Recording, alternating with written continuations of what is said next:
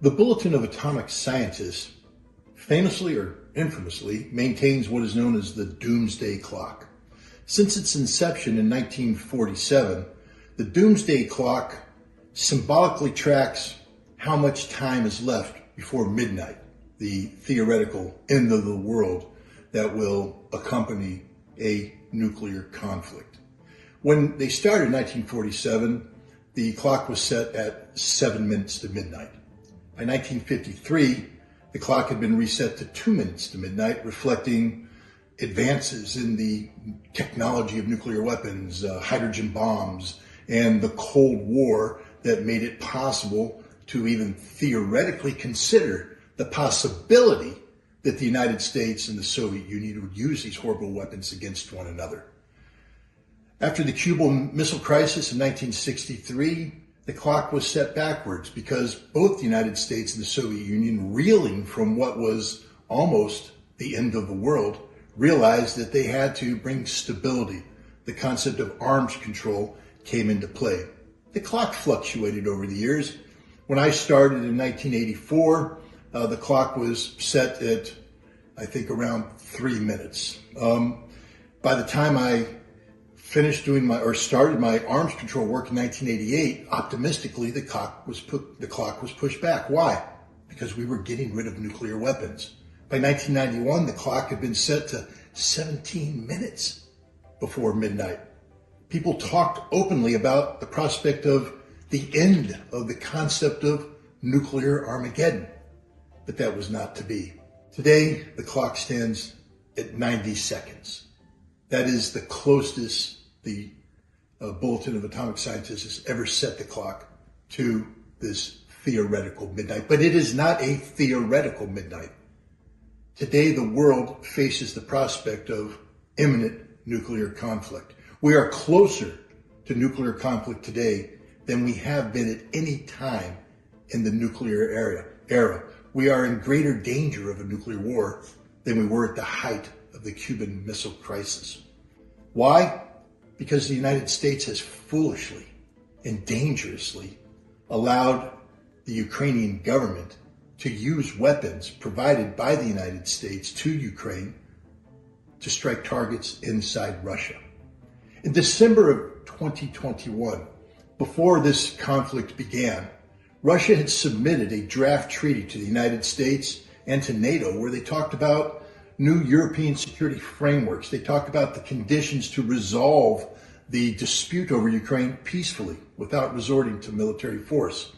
One of the things that the Russians let their American counterparts know is that NATO would never be allowed to absorb Ukraine. And one of the reasons is that if NATO ever placed its long-range ballistic missiles on Ukrainian soil, that would place Russia's strategic nuclear capabilities at risk of preemptive attack. The command and control centers, early warning radars, the actual missile sites.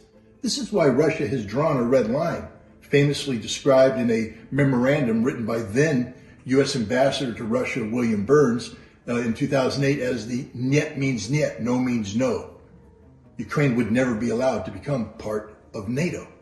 And yet today, because of the United States, because of NATO, long-range American missiles are on Ukrainian soil. And the United States has given Ukraine permission to use these missiles to strike targets in Russia. Targets that include, at least potentially, nuclear command and control centers, nuclear weapons storage facilities, early warning radars, and the actual nuclear delivery systems themselves. This is an existential crisis for Russia, one which, if called upon to respond, they will do so in a way that reflects the danger of the situation that's been thrust upon them. Russia has talked about using nuclear weapons to strike targets not in Ukraine, but in Europe against NATO and potentially against the United States. 90 seconds to midnight. That's wrong. The truth is we are 1 millisecond from midnight. All it takes is one ATACMS missile being launched by Ukraine with this assistance and guidance of the United States to strike the wrong target inside Russia, and the world will end. That's where we are today. The most dangerous situation the world has faced since the Cuban Missile Crisis back in 1963. President Putin made it clear that he understands how these systems work. Therefore, that means that the Russians understand what needs to be targeted. Locations not only inside Ukraine, but on the soil of NATO members. Now, the NATO members and NATO itself will claim that this support of Ukraine is being done by sovereign states, not by NATO as an entity. So when Russia retaliates against the sovereign states, NATO better not rally around these nations and suddenly proclaim Article 5 collective self-defense protections.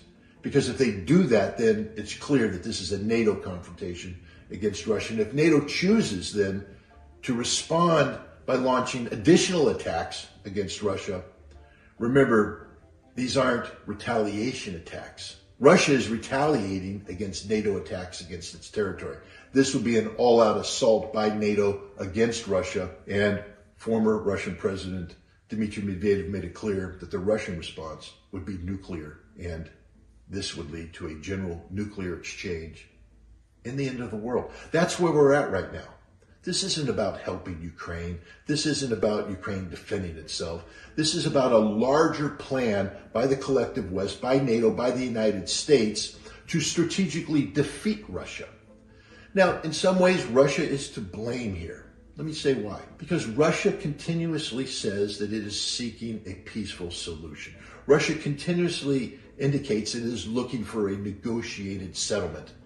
These Russian postures, which are very reasonable, are being misinterpreted in the West as a sign of Russian weakness. And therefore, the collective determination of the West is that they just continue to pressure Russia, ratchet up the pressure that Russia will fold like a house of cards and run to the peace table and bring an end to this conflict. That's not going to happen.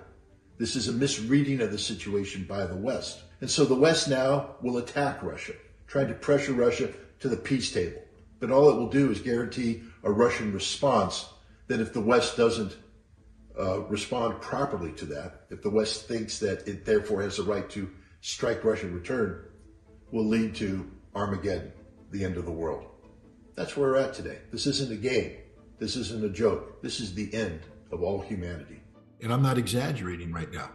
You literally just had a major Russian, you had Dmitry Medvedev, former president of Russia, a senior national security advisor to Vladimir Putin, basically put Europe on notice. We are going to nuke you. We are going to nuke you. There is no question about it. If you do what you say you're going to do, we are going to drop nuclear bombs on you.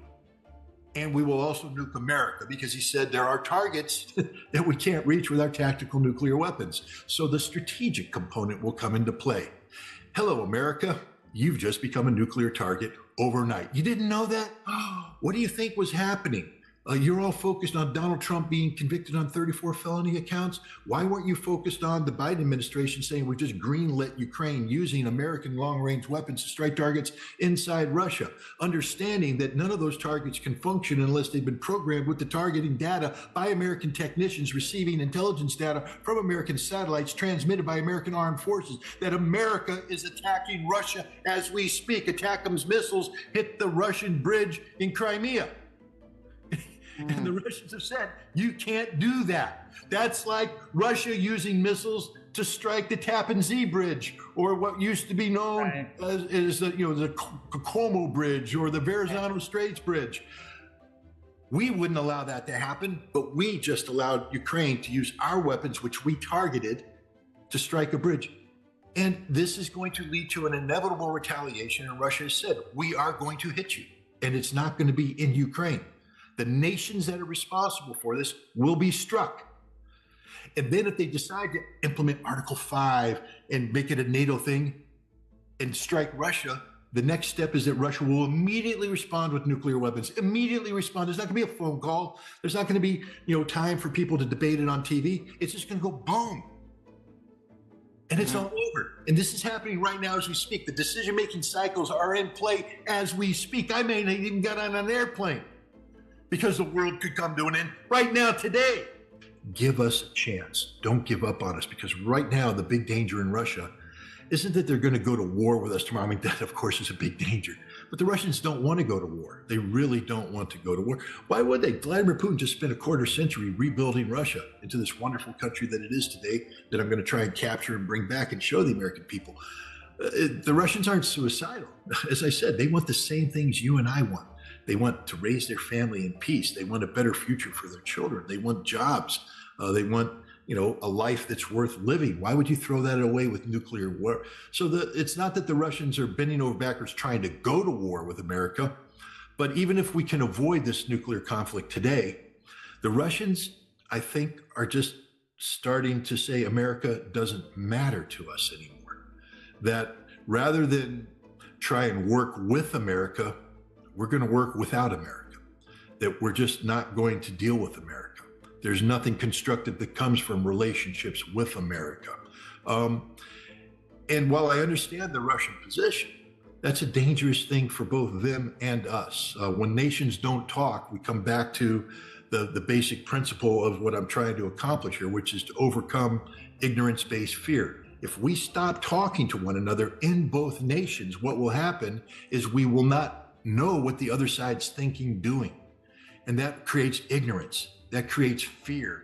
And now we'll have two nuclear armed powers living in fear of one another at a moment when the world's going through this transition from American hegemony to a multilateral existence that America finds many Americans, government officials, view as an existential threat. So if we're not communicating with the Russians, this transition could lead to people believing that Russia's a threat worthy of war. And now we're back to that creation of war.